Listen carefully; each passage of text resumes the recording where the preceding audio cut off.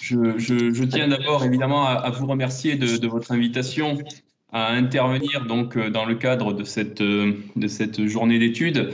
Donc tout simplement parce qu'elle me permet cette invitation donc d'explorer un thème qui m'intéresse évidemment particulièrement, mais aussi parce que les interlocuteurs praticiens vont permettre de confronter les opinions que je peux avoir en tant que simple observateur et peut-être justement de modifier parfois les idées que l'on peut avoir un peu reçues de notre poste d'observation. Donc ça, c'est toujours très intéressant.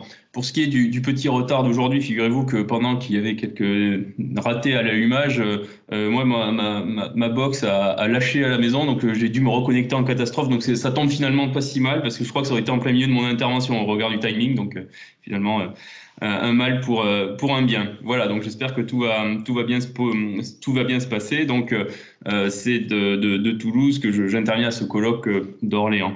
Alors, finalement, vous avez quasi répondu et résumé en deux phrases ce que je vais expliquer en une demi-heure à peu près.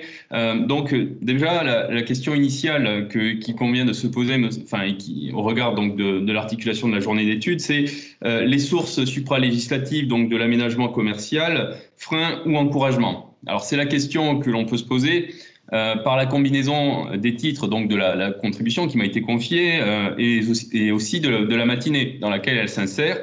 Et alors pour y répondre d'emblée et en filant un peu la métaphore des sources, la réponse pourrait être ni frein ni encouragement, mais plutôt canalisation, c'est-à-dire orientation, déréglementation nationale et partant de l'établissement commercial. Alors, à première vue, c'est moins le droit supralégislatif que la loi qui est au cœur de l'aménagement commercial, donc c'est-à-dire de l'implantation de commerce de détail dans le cadre d'une législation encore à peu près dualiste, donc législation spéciale qui se combine avec droit de l'urbanisme et des éléments de droit commercial. Alors sans refaire un historique trop précis, mais à titre de rappel, donc le législateur s'est largement emparé de la question et signe qu'elle est éminemment politique. Et d'ailleurs, autre signe, ce sont des lois en quelque sorte baptisées qui sont accolées à l'aménagement commercial. On a la loi Royer de 73, la loi Sapin, en partie la loi Raffarin. Bon, et ensuite, on passe aux acronymes. Donc la loi SRU qui a arrimé l'aménagement commercial au droit commun de l'urbanisme. Puis avec la loi LME, la logique est particulièrement accentuée. Puis la loi CTPE, en vertu de laquelle donc l'autorisation d'exploitation commerciale donc est délivrée dans le cadre du permis de construire, donc sous réserve d'avis favorables par les commissions. Après, la loi Macron, alors voilà une loi baptisée, donc a huilé les rouages de la transition de l'ancien vers le nouveau régime d'autorisation. Et enfin, la loi Elan, donc de 2018, du 23 novembre 2018, a réformé l'urbanisme commercial avec l'objectif, donc, ça a été souligné, de revitaliser les centres-villes, mais aussi de redynamiser des territoires en perte de vitesse. Alors, en dépit de cette prévalence législative, un double constat peut être fait depuis une dizaine d'années. D'une part, l'européanisation de la matière et d'autre part, donc, la constitutionnalisation du droit de l'urbanisme, l'AQPC d'ailleurs ayant ici joué un rôle d'accélérateur. Alors, l'évolution, très brièvement rappelée, l'évolution législative à l'instant évoquée, donc, vous le savez, donc, est le résultat d'une longue passe d'armes durant laquelle les atteintes à la liberté d'établissement, puis la directive service du 27 décembre 2006 ont été dénoncées par les instances communautaires. Et plus récemment, il a suffi que la Cour de justice donc précise sa jurisprudence dans un sens apparemment plus permissif, notamment pour favoriser la revitalisation des centres-villes, pour que immédiatement la loi Elan introduise l'obligation de réaliser une analyse d'impact de projet. Et donc c'est dans ce cadre quelque peu assoupli que le Conseil constitutionnel a validé le dispositif mis en place par la dernière loi. Alors, afin de répondre à la problématique, de mesurer si les sources supralégislatives sont un frein ou un encouragement pour l'aménagement commercial, il semble utile d'analyser quelques statistiques.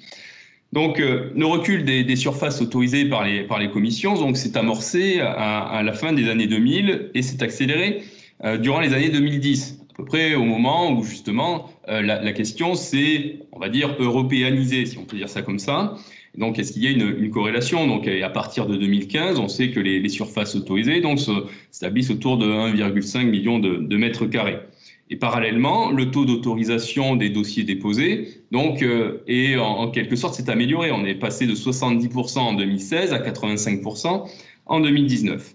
Alors, faut-il en déduire que les sources supranationales ont freiné l'aménagement commercial?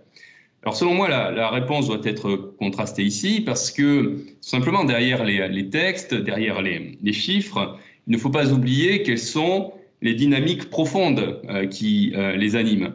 Elles relèvent du juridique, mais aussi évidemment de l'économique. L'enjeu de la défense du petit commerce, et notamment des centres-villes, la revitalisation des territoires, le respect de la concurrence, les mutations de commerce, les mutations des modes de consommation. Et donc, en conséquence, il est difficile de mesurer la part du droit de l'aménagement commercial dans la réduction des surfaces autorisées, et en particulier la part des sources supralégislatives.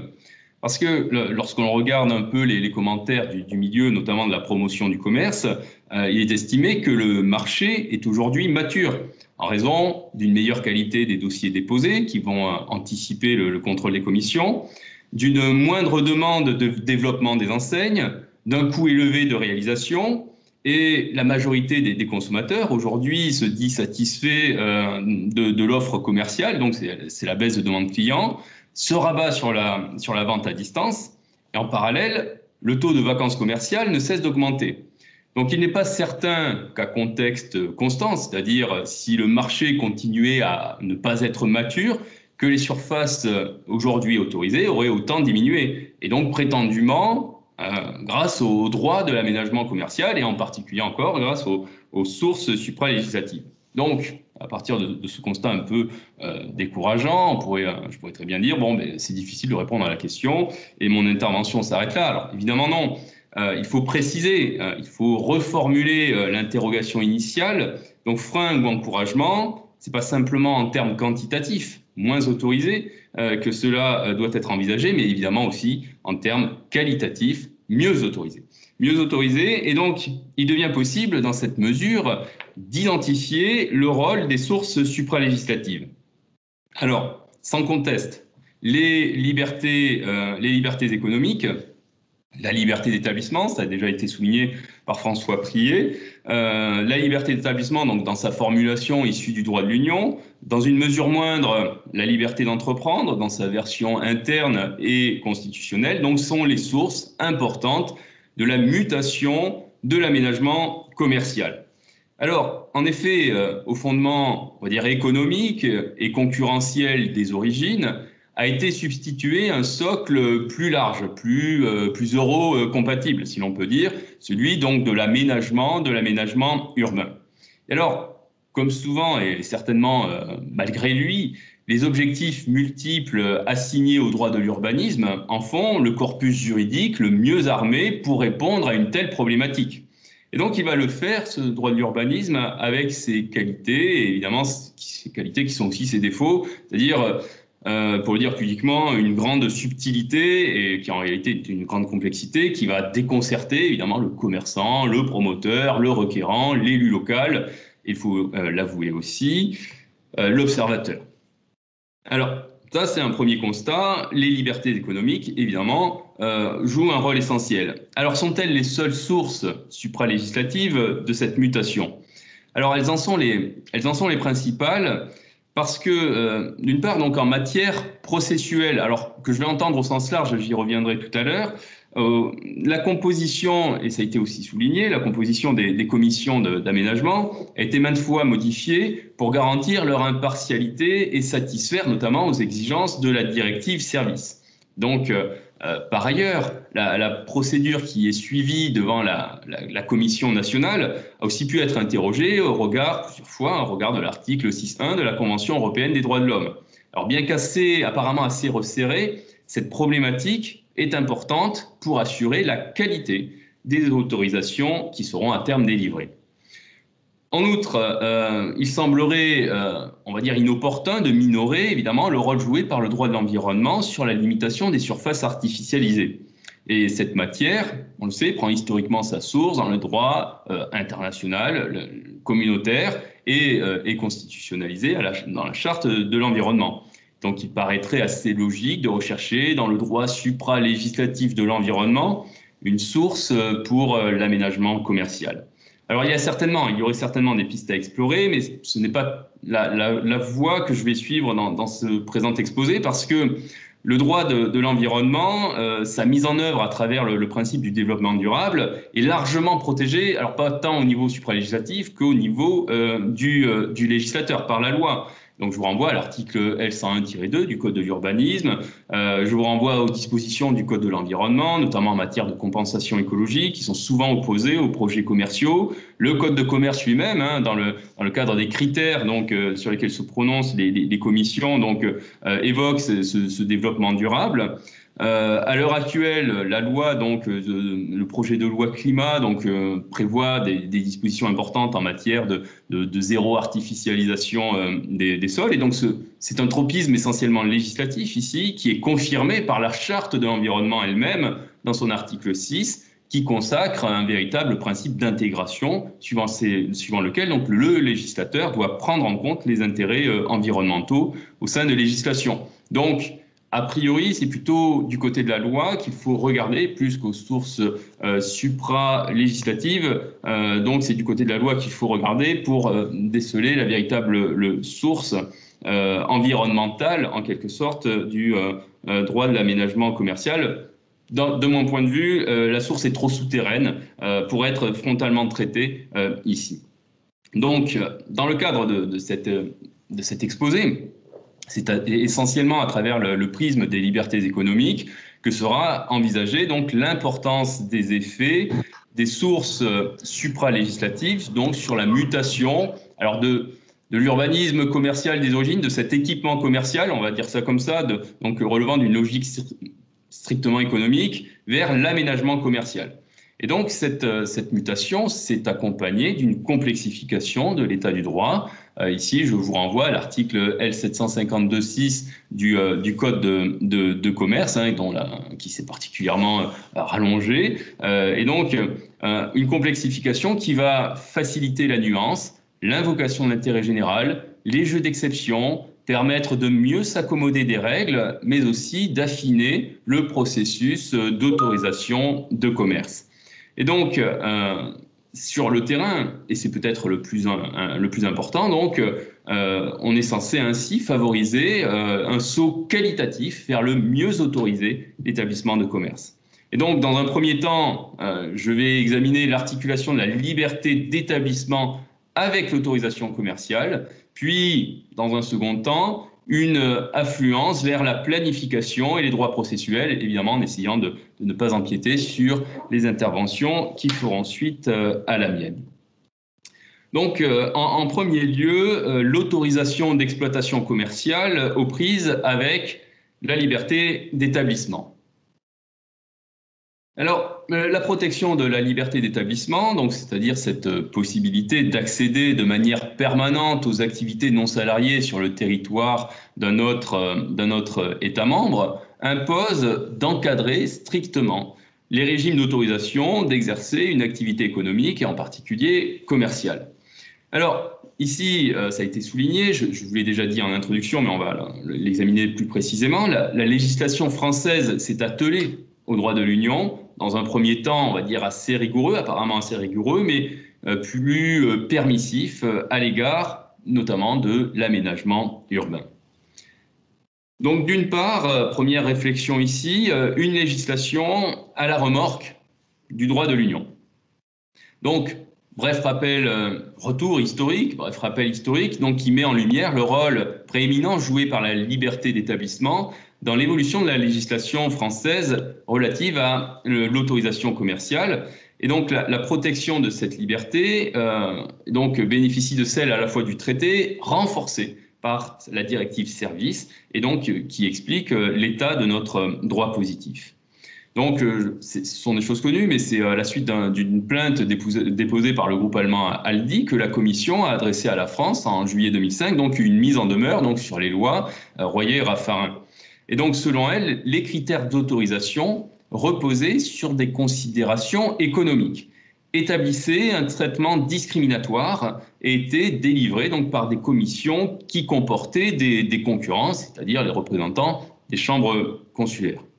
Alors après une passe d'armes, donc ayant abouti donc à un avis rendu par la Commission, donc la directive a resserré davantage encore les taux. Et donc, au sens de l'article 14.5 donc de la directive service, il est interdit aux États de subordonner l'accès à une activité à l'application d'un test économique, c'est-à-dire un test qui fait apparaître un besoin économique pour obtenir une autorisation ou qui sert à évaluer les effets économiques potentiels ou actuels de l'activité, à évaluer l'adéquation de l'activité avec les objectifs de programmation économique fixés par l'autorité compétente. Donc interdiction des tests économiques. Alors, la liberté d'établissement, donc qui est l'aiguillon en quelque sorte de la réforme législative, va bénéficier d'une protection renforcée, celle de l'article 49, renforcée par la protection de la directive service de 2006. Alors, d'une part, donc, l'article 49, aujourd'hui, du traité sur le fonctionnement de l'Union, se focalise, et c'est le sens de cette protection, sur la non-discrimination. Implique donc, pour cela, non-discrimination au sens du droit de l'Union, implique un élément d'extranéité pour être invoqué. Et donc, dans cette perspective, le test économique qui était imposé dans l'ancien droit de l'aménagement commercial apparaissait indirectement discriminatoire parce qu'il favorisait les commerçants déjà implantés. Et donc, il était possible de se réfugier, ou du moins c'est ce qui a été tenté de faire par les autorités françaises, de se réfugier dans les exceptions qui étaient prévues donc aujourd'hui, qui le sont à l'article 51 et 52 du traité. Mais ces exceptions, donc ces dérogations, n'ont pas pu bénéficier à notre régime d'aménagement commercial, et les dérogations donc qui ont été dégagées qui étaient déjà dégagées par la jurisprudence ne bénéficiaient pas davantage à l'approche économique, parce que en effet une éventuelle mesure discriminatoire peut être motivée et justifiée uniquement par un motif impérieux d'intérêt général, mais, et ça c'est valable, j'ai envie de dire, pour l'aménagement commercial comme pour toute autre matière, un motif impérieux d'intérêt général ne peut en aucun cas relever de l'ordre public économique. Et donc, dans un arrêt spécifiquement consacré donc à l'aménagement commercial, donc c'est une affaire qui s'est passée en Espagne, dans un arrêt donc du 24 mars 2011, la Cour de justice a constaté que la législation espagnole requérait des grands et des moyens établissements commerciaux qui tiennent compte de la structure commerciale existante afin d'être autorisés, et elle a pu en conclure, la Cour de justice, que de telles considérations étaient de nature purement économique et, conformément donc à la jurisprudence antérieure, ne pouvaient constituer une raison impérieuse d'intérêt général. Alors, ça c'est la première protection, et on va dire en quelque sorte trop focalisée sur la non-discrimination pour être pleinement protectrice de la liberté d'établissement, y compris à l'égard des opérateurs Internet. Et donc, d'autre part, la directive service de 2006 complète cette protection de la liberté d'établissement. C'est le sens de cette directive. Alors, pour l'aménagement commercial, évidemment, mais évidemment pour toutes les autres activités, la protection offerte par le traité est ainsi jugée insuffisante. Donc, une directive veille à cette meilleure protection, et notamment donc en n'exigeant pas, dans son chapitre 3, un élément d'extranéité pour être invocable par les opérateurs intéressés. Donc, désormais, la liberté d'établissement peut être invoquée aussi par des établissements, des opérateurs français au regard de la législation française. Alors, plus précisément, cette directive encadre le régime des autorisations préalables à l'exercice délivré préalablement à l'exercice d'une activité économique. Et donc, un tel régime, juridiquement, est qualifiable d'exceptionnel parce qu'un tel régime ne peut être possible que si 3 conditions sont réunies. Il ne doit pas être discriminatoire, on le retrouve, Sa nécessité résulte d'une raison impérieuse d'intérêt général. Donc ici, vous avez une forme de reprise dans les textes de la jurisprudence. Et ensuite, précision, il est impossible, troisième condition, donc, de substituer un régime de contrôle a posteriori qui serait moins contraignant. Donc parmi ces raisons impérieuses, notamment, l'article 4 de la directive énonce la protection de l'environnement et de l'environnement urbain.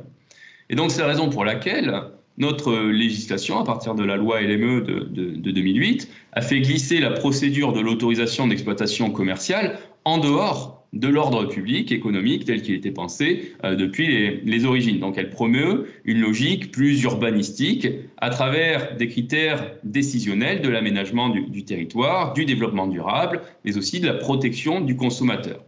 Et donc le gouvernement, au moment où la loi a été adoptée, a pu faire état, grâce à cette loi, donc de la bonne transposition de la directive, mentionnant notamment la disparition du test économique. Et pour sa part, le Conseil d'État a rassuré sur le fait que le régime d'autorisation ne rétablissait pas de test économique, et que les questions notamment de densité d'équipement n'étaient pas et plus surtout un critère d'autorisation. Donc c'est dans ce cadre, désormais focalisé sur l'aménagement, que de nouvelles marges de manœuvre ont été créées pour le législateur. Donc ça, c'est le second temps de ce premier axe de réflexion, de nouvelles marges de manœuvre pour le législateur. Alors la logique d'aménagement permet d'intégrer, et c'est ici peut-être l'ambiguïté, permet d'intégrer des considérations économiques, notamment grâce à des exigences objectivement justifiées par des raisons impérieuses d'intérêt général, telles que la protection de l'environnement urbain. En quelque sorte, protéger l'environnement urbain permet d'intégrer de l'économique, mais le tout dans une logique essentiellement relevant de l'aménagement. Et donc ici, je vous renvoie au considérant 66 de la directive service qui éclaire le sens des dispositions. Et donc, dans l'ordre interne, la version constitutionnelle de la liberté d'établissement, c'est la liberté d'entreprendre, ne va adresser qu'un faible obstacle aux velléités législatives qui, on va dire, au recoin de quelques dispositions, donc révèlent encore des restes d'économie, mais dissimulés dans une masse plus importante d'aménagement. Et donc, en cela, cette liberté d'entreprendre va aussi œuvrer, vous allez voir, à l'euro-compatibilité, me semble-t-il, du dispositif français.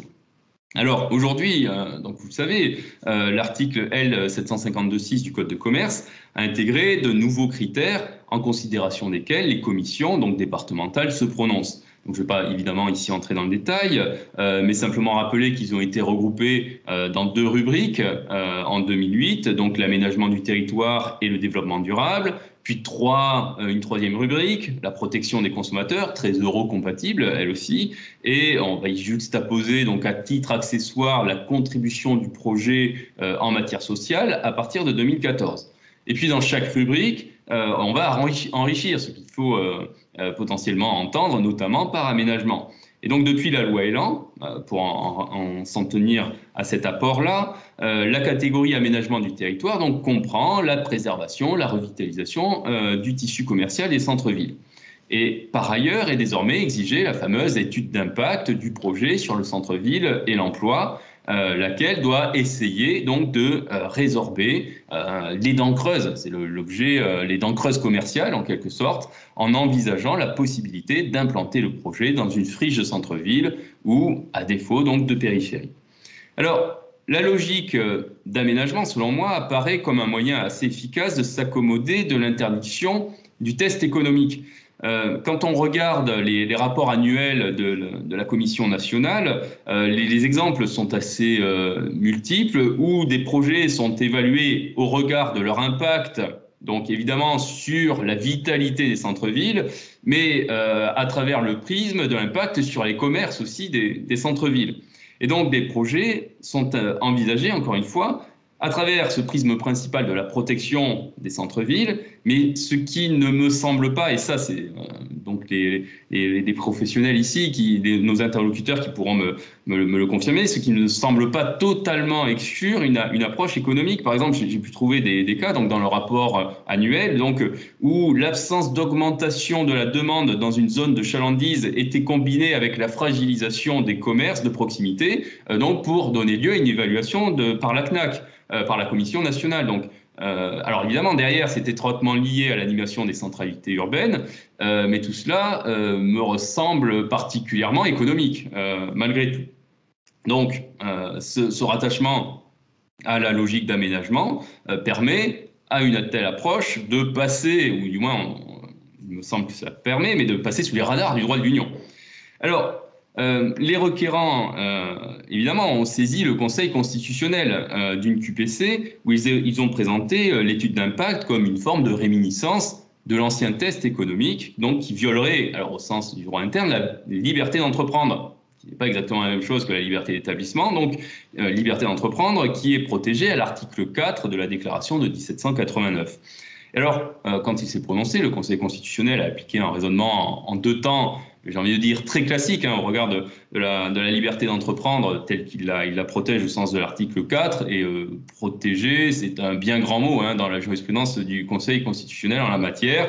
Donc premièrement, ça c'est le premier temps, la liberté admet des limitations d'exercice dans l'intérêt général, et en l'espèce donc lutter contre le déclin des centres-villes, ça passe très bien pour un motif d'intérêt général. Donc première condition remplie.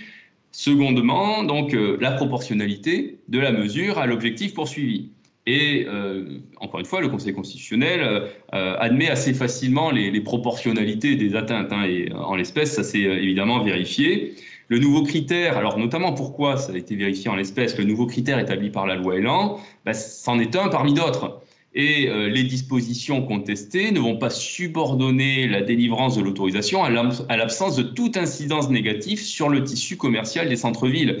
L'analyse d'impact précise les conditions d'appréciation d'aménagement. La présence de la friche n'interdit pas aux pétitionnaires de se prévaloir de l'inadaptation de la friche au projet et ainsi d'obtenir l'autorisation. Et donc, à défaut, on va dire, de critères à lui seul déterminants, sans réelle surprise, les juges de la loi ont pu conclure que l'atteinte portée à la liberté d'établissement par les dispositions contestées n'était pas disproportionnée au regard de l'objectif poursuivi. Alors cette décision participe à l'eurocompatibilité, me semble-t-il, du dispositif. C'est parce que, encore une fois, l'absence d'incidence négative sur le tissu commercial ne constitue pas un critère qui, à lui seul, emporterait le refus d'autorisation, que la loi est jugée constitutionnelle. Et à mon avis, que la loi aussi est vouée à passer positivement le test de conventionnalité. Alors, justement, ce test de conventionnalité, la loi l'a passé dans le cadre d'un recours qui était dirigé contre un décret d'application de la loi Elan, et donc le volet législatif est décontesté dans le cadre d'un recours par voie d'exception. Donc par voie d'exception, il était contesté, et le contrôle de conventionnalité a été opéré par le Conseil d'État cette fois, qui s'est lui-même largement appuyé sur la décision rendue le 12 mars 2020 par le Conseil constitutionnel. Alors cette décision du Conseil d'État appellerait plusieurs observations, notamment sur le fait qu'on glisse de la liberté d'établissement, de la liberté d'entreprendre à la liberté d'établissement, donc assez aisément, sachant que ce n'est pas tout à fait les mêmes libertés. Bon, il y a surtout l'aspect de non-discrimination qui n'est pas envisagé, mais c'est un critère qui est toujours difficile à soulever au regard des statistiques. Quand on regarde les débats qu'il y avait eu entre la Commission et le législateur français pour les instances françaises, on a toujours quelques difficultés ici à débusquer la discrimination. Mais plutôt une autre observation que je voudrais faire ici, c'est que les requérants, en l'espèce, ont soulevé le moyen suivant lequel la réalisation de l'analyse d'impact serait dissuasive. Pas tant de dire c'est à proprement parler le fameux test économique, ça serait plutôt dissuasif en raison du surcoût administratif que cela implique. Alors, en l'espèce, c'est vrai que l'argument n'était pas suffisamment étayé, c'est pour ça que le juge va l'écarter, mais malgré tout, il retient l'attention parce qu'on sait que la fusion des deux autorisations, le permis de construire et l'AEC, donc en une seule, le permis de construire valant AEC, a eu des effets, on va dire, régulateurs décourageant sur le nombre de demandes d'autorisation, parce qu'il était impossible de séquencer financièrement la demande, c'est-à-dire d'une part le dossier commercial, puis d'autre part le dossier urbanisme. Désormais, il fallait monter les deux de front, ce qui a induit un coût plus important. Et donc, une nouvelle contrainte formelle, et il faut pas le cacher, financière aussi, est ajoutée. Donc, le résultat, et si c'est peut-être encore une fois l'avis des professionnels qui pourront m'éclairer sur ce point. Donc le résultat paradoxal pourrait être le découragement des petits et moyens commerçants donc, qui entrent dans le champ du permis de construire valant AEC, pour lequel le surcoût pourrait avoir des effets dissuasifs, alors que justement la directive service cherche à limiter cet effet dissuasif, et alors que le législateur, lui, prétend revitaliser justement le petit commerce. Alors, voilà donc pour ce premier temps du raisonnement. En second lieu, donc, je vais essayer d'aller vite parce que nous avons du retard et je suis en train d'aggraver ce retard, mais j'évoquerai les affluences de la liberté d'établissement et des droits processuels en m'intéressant tout d'abord sur l'encadrement des exigences énoncées dans la planification. Alors évidemment, je ne vais pas empiéter sur ce qui suivra, mais simplement pour rappeler le cadre qui est posé pour la planification. Donc, d'une part, l'encadrement des exigences énoncées dans la planification.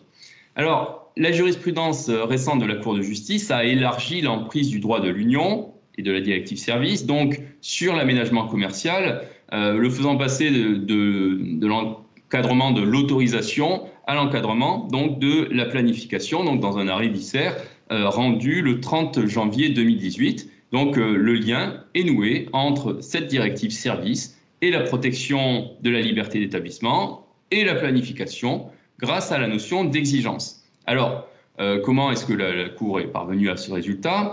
La planification d'urbanisme est une exigence contrôlée, c'est la notion de l'article 15 de la directive. C'est une exigence contrôlée, tout simplement. La solution est logique parce que la planification ne peut pas relever d'un régime d'autorisation qui implique donc une démarche auprès d'une administration pour obtenir un acte formel. Donc il convient plutôt de mobiliser la notion d'exigence. C'est une exigence, qu'est-ce que c'est au sens de l'article 4? C'est une obligation, une interdiction, une condition, une limite prévue dans une disposition législative, réglementaire ou administrative d'un État membre. Donc évidemment, tout cela venant restreindre, encadrer la liberté d'établissement. Alors, une fois que l'on a appliqué cette notion, dégagé cette notion d'exigence, quel en est le régime juridique? Alors, déjà, quelle est la forme? Donc, elle peut prendre qu'une forme énumérée donc à l'article notamment l'article 15, l'article 15.2, donc des limites quantitatives ou territoriales sous forme de limites fixées en fonction de la population, d'une distance géographique minimum entre un prestataire. Et donc, une telle exigence, qui va correspondre donc à une définition de limite territoriale où l'implantation commerciale pourra être envisagée, pour ce qui nous intéresse ici, ne sera ensuite conventionnelle que si elle remplit 3 conditions. Elle ne doit pas être discriminatoire, condition dont on a désormais l'habitude. Sa nécessité est justifiée par une raison impérieuse d'intérêt général, on en a l'habitude aussi, et elle est proportionnée à l'objectif poursuivi. Finalement, on retrouve les mêmes critères. Et donc la Cour, en l'espèce, avait pris le soin de préciser qu'une réglementation préservant la viabilité d'un centre-ville, afin d'éviter l'existence de locaux inoccupés, est un objectif de protection de l'environnement urbain susceptible de constituer donc une raison impérieuse d'intérêt général de nature à justifier une limite territoriale. Donc, notre planification en matière commerciale entrerait donc dans le champ d'application du régime des exigences de l'Union, au sens de la directive donc service de l'Union européenne. Alors très bref, parce qu'encore une fois, je commence à être en retard et ce sont des thèmes qui seront envisagés ensuite. Quelle très brève conclusion, mais François Prié les a données avant même que je veuille le faire. À mon avis, le rapport de présentation des SCOT, des PLUI seront essentiels afin de garantir le caractère nécessaire et proportionné ici des exigences au sens du droit de l'Union, donc qui seraient posées par ces documents. Donc il s'agit de désamorcer les futurs contentieux dont le document pourrait faire l'objet. Attester donc éventuellement, même si la critique ici est toujours difficile à soulever, le caractère non discriminatoire des mesures qui sont formulées dans le DAC ou le cas échéant dans l'OAP. Insister sur le motif impérieux d'intérêt général que constitue la préservation des centralités urbaines et évidemment ici justifier et préciser ce dont il est question. Troisièmement, il faut que le rapport justifie de manière très circonstanciée chacune des prescriptions du document et donc du DAC ou éventuellement de l'OAP, même si tout cela se fait dans un cadre relativement souple, ainsi que cela a été souligné. Donc ce rapport de présentation, à mon avis, est essentiel pour justement désamorcer les éventuelles critiques. Et donc la pluralité des documents, des documents composant nos documents d'urbanisme, va permettre de justifier les règles, de les restreindre, enfin de justifier les règles, de justifier les restrictions. Et le caractère proportionné des mesures doit être ainsi mieux réfléchi en amont. Alors il est déjà, mais au moins réfléchi, montrer qu'on y a réfléchi. Puis on va le protester en quelque sorte dans le document. Et la publicité de la justification va rendre objectives et connues à l'avance les exigences, afin ici de renforcer la solidité de ces documents. Alors, je n'ai pas insisté là-dessus parce que je n'ai pas le temps et puis que je pense que ça va être développé ensuite par Soazic-Marie, mais la conventionnalité de l'opération de revitalisation du territoire, donc telle qu'elle est instituée par l'article 157 de la loi Elan, me semble aussi sujette à caution, puisque le préfet a ce pouvoir de neutraliser les demandes d'implantation en dehors des secteurs de revitalisation. Ici, sur quels critères? Donc là, ça mériterait d'être souligné. Et est-ce que la mesure serait proportionnée au sens de l'aménagement du territoire, dès lors qu'il n'y aurait pas suffisamment de précision? Donc ici, un point de vigilance pour les ORT telles qu'elles vont être présentées tout à l'heure. Donc du point de vue de la conventionnalité, ici, peut-être un point de vigilance. Donc, et notamment, est-ce que des raisons, alors économiques évidemment, il ne faudra pas le justifier comme ça, mais soulevées par le préfet, pourraient justifier la mesure. On s'inscrit toujours dans un cadre d'aménagement, mais ici, un flou un peu trop important, selon moi, sur les prérogatives du préfet. Donc ça, c'est une question que je pose au regard de ce qui va être formulé ensuite.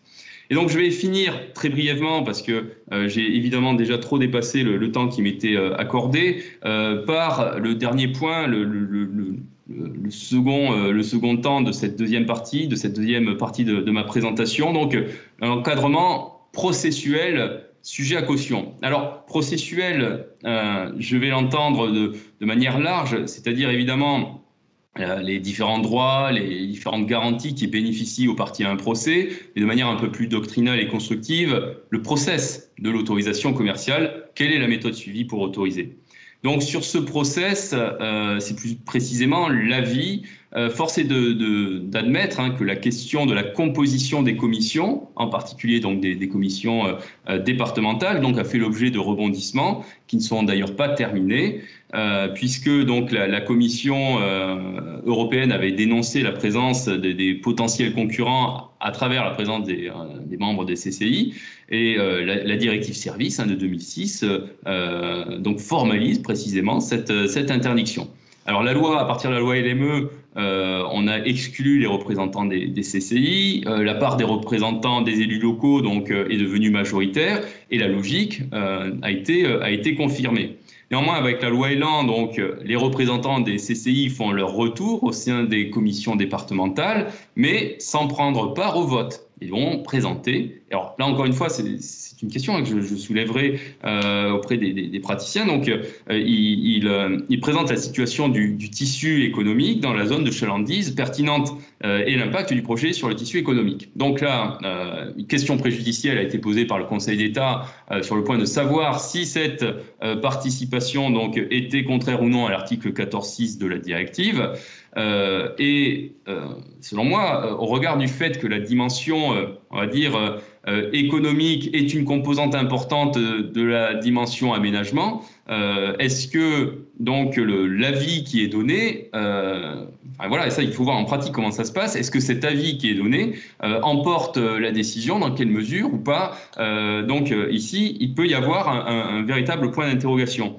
Autre interrogation que je me pose à cet égard, c'est le fait que désormais donc va être aussi interrogé comment dire la présence donc des managers des centres-villes, les managers de centres-villes.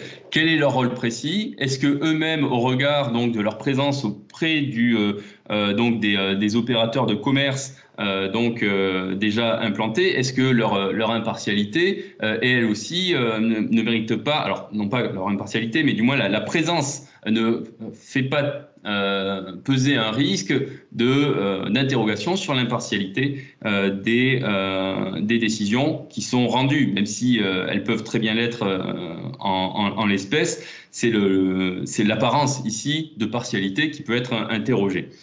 Donc voilà, j'aurais d'autres éléments à dire, mais ici à présenter, ils ne sont pas déterminants puisque l'invocation donc de l'article 6, notamment de la Convention européenne des droits de l'homme, n'a jamais pu prospérer, ce qui ne doit pas surprendre puisque la Commission nationale ne se prononce pas ni en matière civile ni en matière pénale. Mais pour conclure, si je devais dire quelque chose pour résumer un peu ce que je viens de vous dire, c'est que moins qu'un frein à l'aménagement commercial, donc ces sources supranationales ont poussé à opérer un saut qualitatif.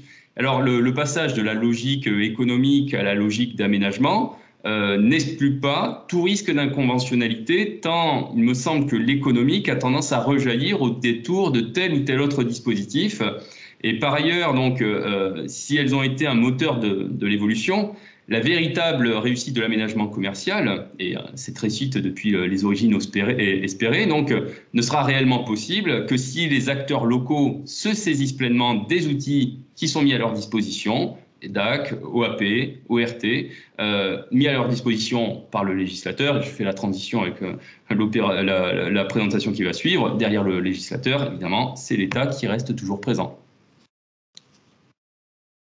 Voilà, je vous remercie. Merci beaucoup, chers collègues, pour cette présentation extrêmement riche. Je dois dire qu'il y a un terme que j'ai bien apprécié dans votre communication, c'est c'est l'adjectif dissimulé, lorsque vous avez parlé au fond de considérations économiques qui pouvaient en effet se dissimuler derrière des considérations liées à l'aménagement. Et on est toujours, je crois, ici, sur le fil du rasoir. Je crois que, sans transition, je vais immédiatement céder la parole à Madame Soisite-Marie pour sa présentation sur le rôle de l'État.